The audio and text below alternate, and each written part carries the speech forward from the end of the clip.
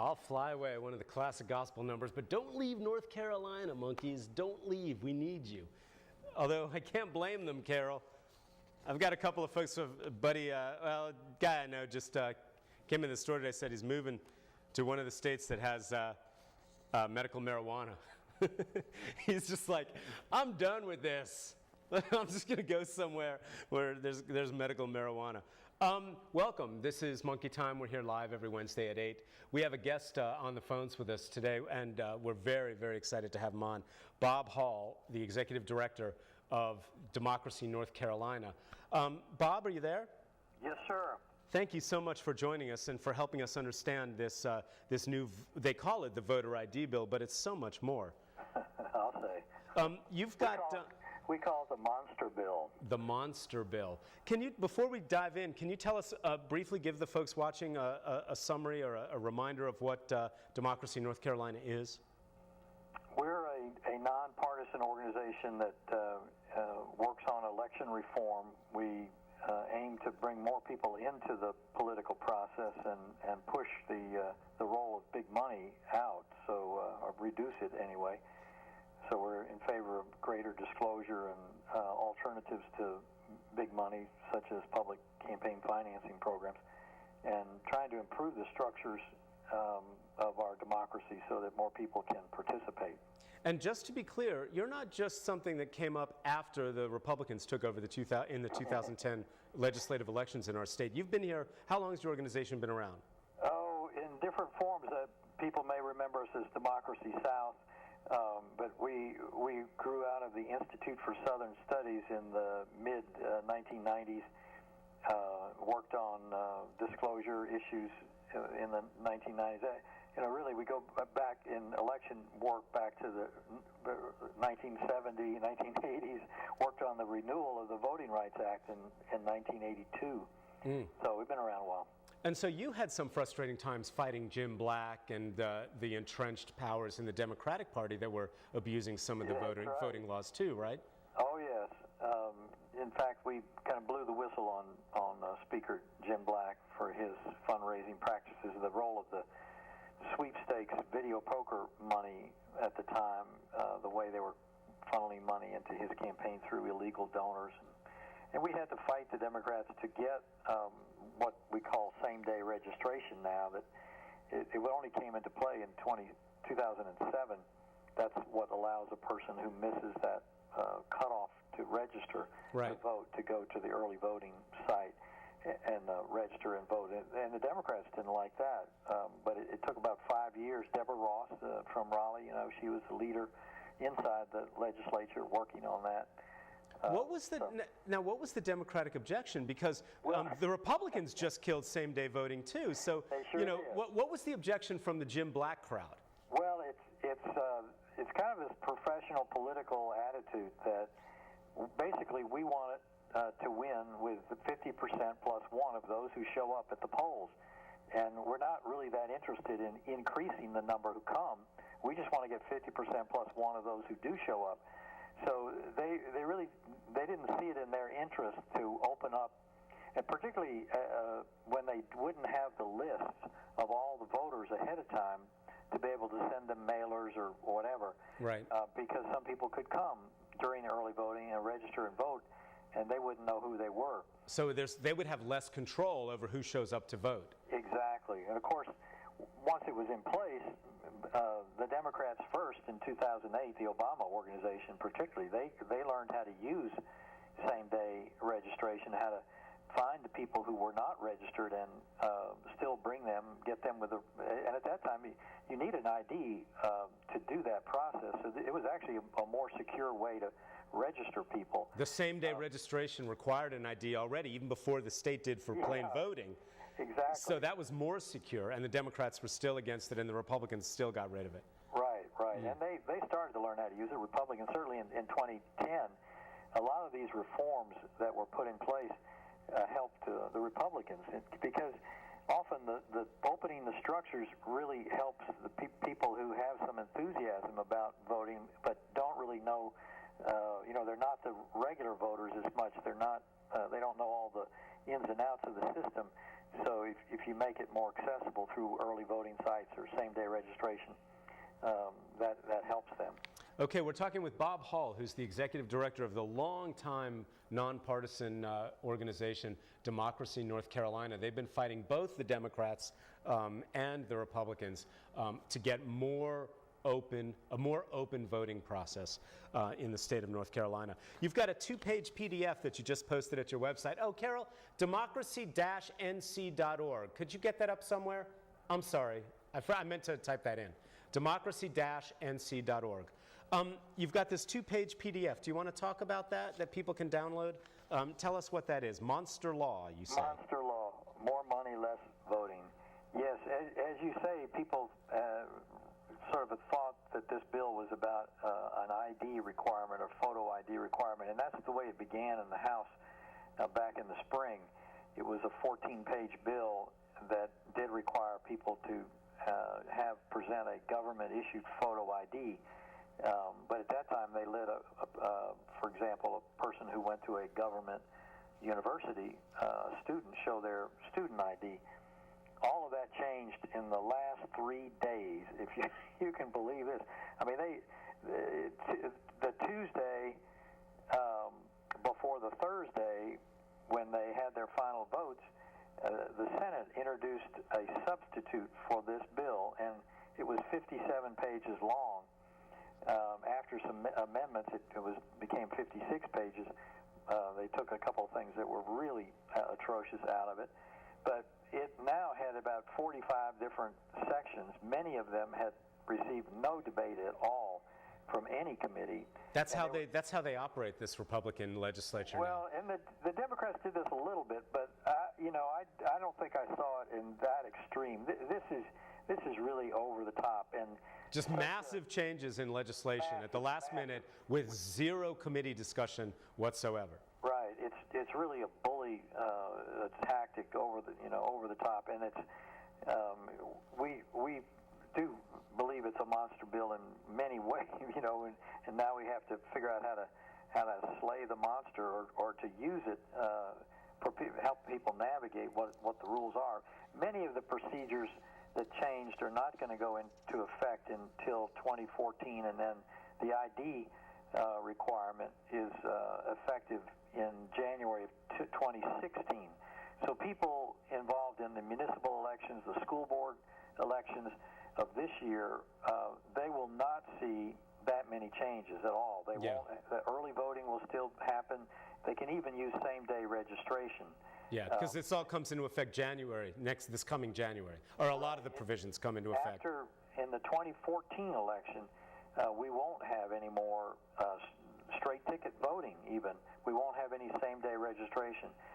We won't have out-of-precinct voting where you could, on election day, if you're in the right county but you go to the wrong precinct, many of the items that were on the ballot in your home precinct would count. They would give you a provisional ballot, and you could vote that, and many of those items would count. Now, let's look at that, because if you went to the wrong precinct, then you could get a provisional ballot, and then they would not count your vote until they later verified that you actually were able to vote. But you could still vote on the things that were relevant to, outside of your home precinct, right? That's right. Countywide issues, statewide issues, and so on. So your vote would sort of count, even though you were in the wrong precinct locally. Your vote would count on the bigger issues. Yeah. What was the rationale for changing that? What's the rationale for changing that? I think the rationale is that African Americans and Democrats tended to use that more than white Republicans, and therefore it must be bad. There was no charge that fraud was involved in that method of voting. Well, they're checking every provisional ballot, so there's no place for fraud. And if there's no way somebody can vote twice using that and voting, quickly going back to their home precinct and casting another ballot. All that kind of stuff gets sorted out, and double voting is prosecuted. That's fraud. So it's really silly. A lot of these things they really had no justification for. No straight party ticket is another one that there's no accusation that fraud was involved in it. It is a matter of convenience. We have one of the longest ballots in the country, we elect all, the agriculture commissioner, and so on. And so people, and 56% of North Carolina voters in 2012, 56% used the straight ticket method of voting. That's enormous. And now to eliminate that, and then you're going to... That just means you could say, I want all the Democratic candidates, or I want all the Republican candidates. That's right. Right at the you top. had to vote for the president separately, but then you could, the next item on the ballot in a presidential would be a choice of going... It's a choice, you could mark all of one party or not, or you could mark them individually. Yeah, I never liked doing straight ticket party voting myself. I always voted for each individual thing. When I saw long lines, I said, just as a matter of convenience, maybe this time I'll do this. I guess that could work. I remember, I know who is going to... So anyway, yeah. But that's what it's going to cause. I'm afraid it's going to cause longer lines because you have that many people no longer doing that. They're going to mark these things one by one by one. Let me ask you this. That seems to me that the elimination of the straight ticket voting is something that works along with this new way that they have of arranging the candidates' names. Tell us, this is a new interesting thing that the Republicans have done. They have changed the way that candidates' names, the order that they'll appear, so that all the Republicans appear on the ballot before all the Democrats. Is that correct? Well, one by one. I mean, within the office. Yeah. So for if there's the U.S. Senate race coming up in 14, yeah. It won't be the Democratic candidate first, as it has been. Even though many, she's many, been many years. Even though her name may be above Tillis, if he's the nominee. Yeah. The candidates are not in order. It's by the name of the party. And so you had the Democratic and then the Republican. Now they're going to put it. Beginning in 2014, it'll be based on the party of the governor. That candidate will appear first, and if there's two or three of them, then they would appear first. If there's, so if there's two Republicans running for county commission seat, yeah, county commission, then all of the Republican names would appear before any Democrat appears, regardless of alphabetical order. Within the party, and then you'd have all your Democrats. It goes to party of the governor, and then the next would be the other major party, and then a minor party. So now the reason this matters, and I found an article from the New York Times from 2006 that shows that there's about a 2 percentage point bump if your name appears first on the ballot. And so even if there's multiple Republicans and multiple Democrats, all the Republicans in alphabetical order would appear first on the ballot for, say, county commissioner, is what you're saying. That's right, right. And maybe a better way to do it would be in many, many months ahead of time to have a draw out of the hat, which party's name goes first. Yeah. And then be done with it. Or do it by order, forget the party, and do it by, put all the candidates on the ballot in a hat and do it randomly. Yeah, you could do that too. Wouldn't that be more fair? Well, yeah, rather than have all of one party first. I don't, sure, one way or another.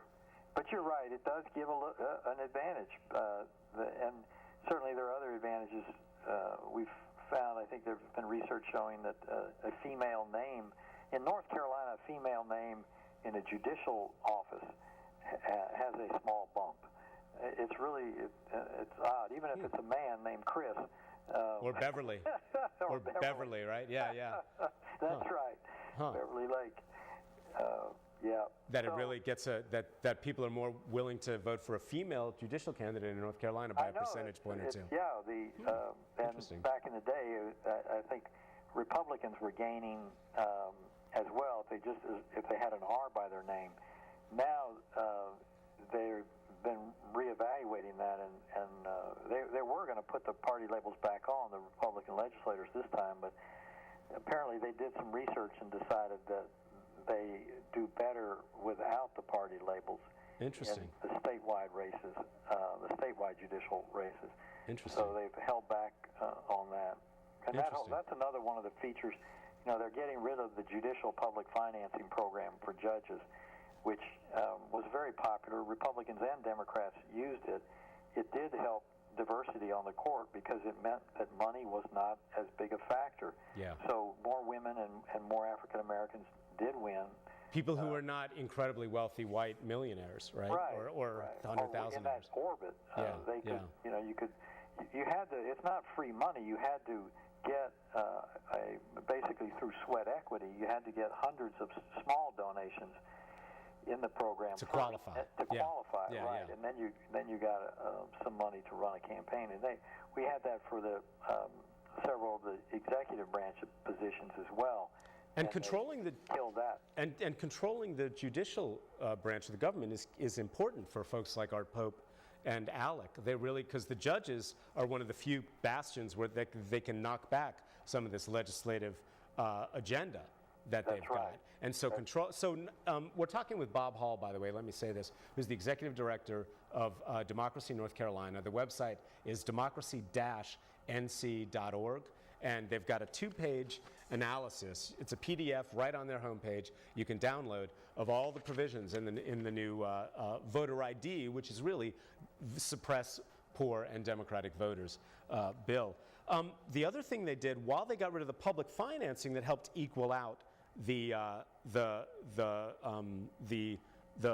campaign funds of judicial candidates, they bumped up the individual contribution any one person could give from $1,000 to $5,000 to a judicial candidate. Yeah, for judicial candidates, exactly. Yeah. What do you think? That's like a 1-2 punch, isn't it? Well, yes, absolutely, because now you're auctioning off those positions, and you're forcing judges to be competitive around how much money they can raise. Judges have hated that aspect of their job.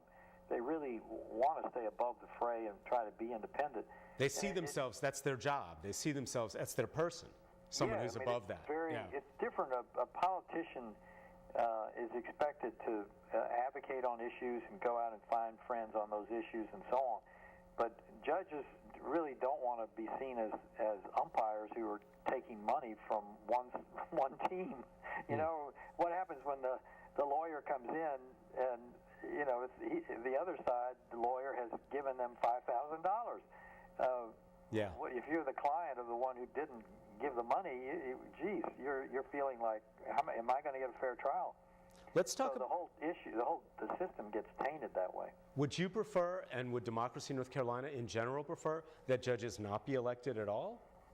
Democracy North Carolina actually doesn't have a position on that. Our position has been, as long as they are elected, they need the option of a different way to finance their campaign than just relying on private money. Yeah. Okay. So there are pros and cons of an appointed system. There's going to be politics involved one way or the other, but that's not where we actually focused as much energy on as the point about as long as we elect them, let's do it in a better way than what we're about to start again. Let's talk about early voting, because the time's going quickly, Bob, and I want to get through as many of these as possible. And thank you so much for joining us today. And again, the website is democracy-nc.org. Right on the homepage is their 2-page analysis of this monster voting law, which Pat McCrory, it's on his desk. He's punted till next week, apparently, you say. Well, he admitted he hadn't read it. He said, I'm going to sign it. And then they asked him about, well, what about the teenage pre-registration? What's the matter with that? And he said, huh? Yeah, he hadn't even read it. Sorry, I don't know what that is. Well, let's talk about early voting. How many states have some kind of early voting in North Carolina? Is it the majority? Or in the United States, I mean?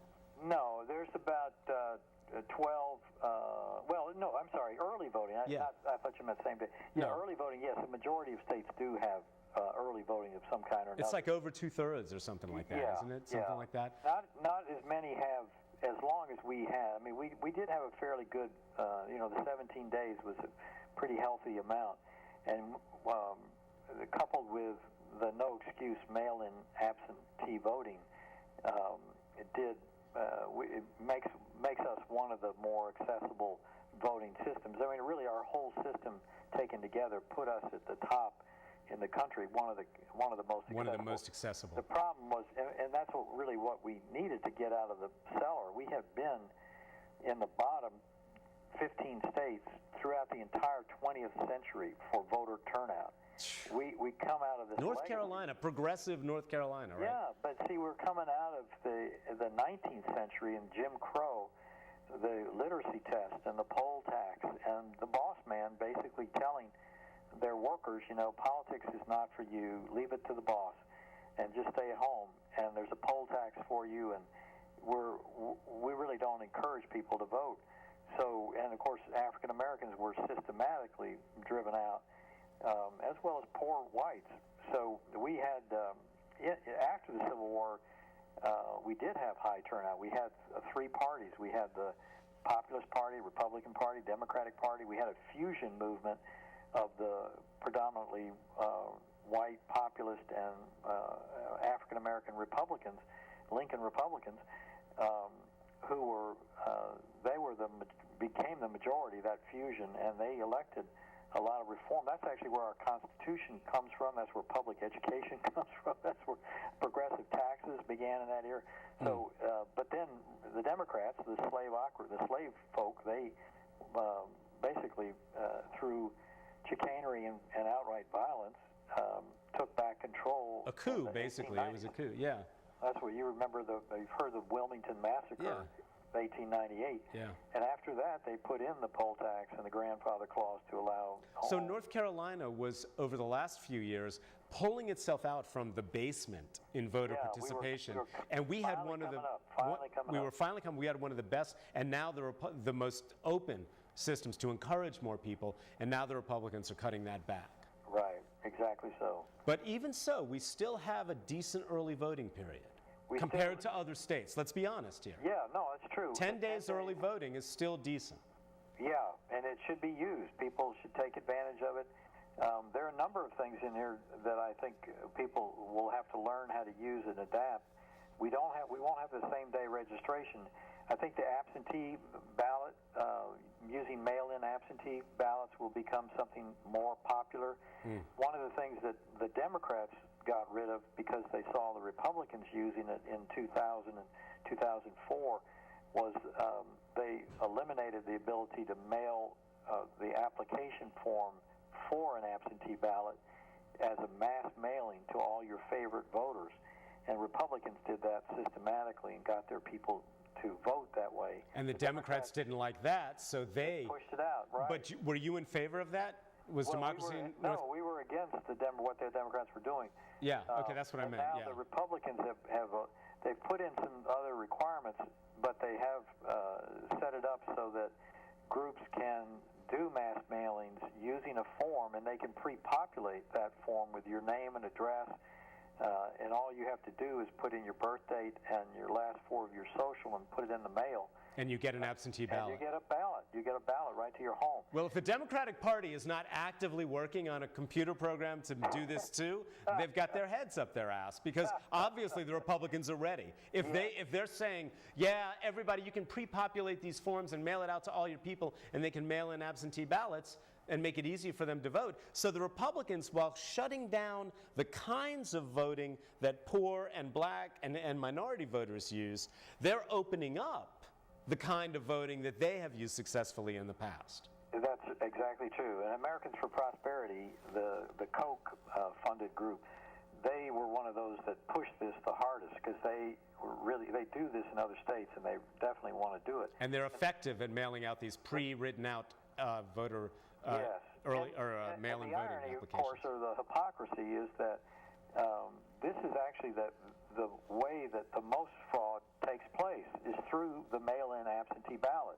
Yes. So while they talked about getting rid of fraud through making it harder for the in-person voter, they've opened up this new avenue through the mail, which, there's going to be more fraud in this system, the new system, than there is in the old system. And that's the interesting thing that puts the lie to the Republicans' voter ID thing, because the most fraud that we see comes from mail-in ballots. Absolutely. And now what we're seeing is the Republicans shutting down actual in-person opportunities and opening up this automatic mail-in voting stuff. It's disgusting. It can be manipulated. Yeah, more easily manipulated. Much more easily, right. Yeah.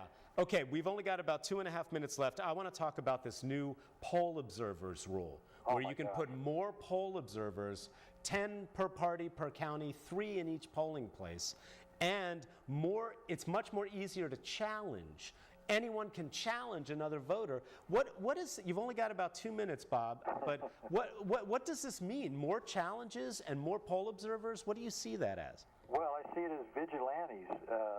It's sort of this, renegade folks can really use this and they can, jackleg computer wizards will try to identify people they think are not registered, and they'll come in with lists, or they'll hover over people if they're inside the polling place and challenge people, and they'll slow down the lines. They'll go, we're worried that they'll go to the African American precincts or other precincts and just jam up the whole process. Yeah. So it's both parties can do this, but independent groups can use it as well. So it's really a nasty thing. And it was their first version was even worse. So they actually cleaned it up, because I think even the mainline Republicans are worried that some of their Tea Party extremists will really embarrass them. They'll be blocking voters at the polls. Now, will the vote count if somebody challenges you at the polls? I mean, if some idiot comes at me and says, I challenge you, then I've got the ballot. Do they give me the ballot? Well, you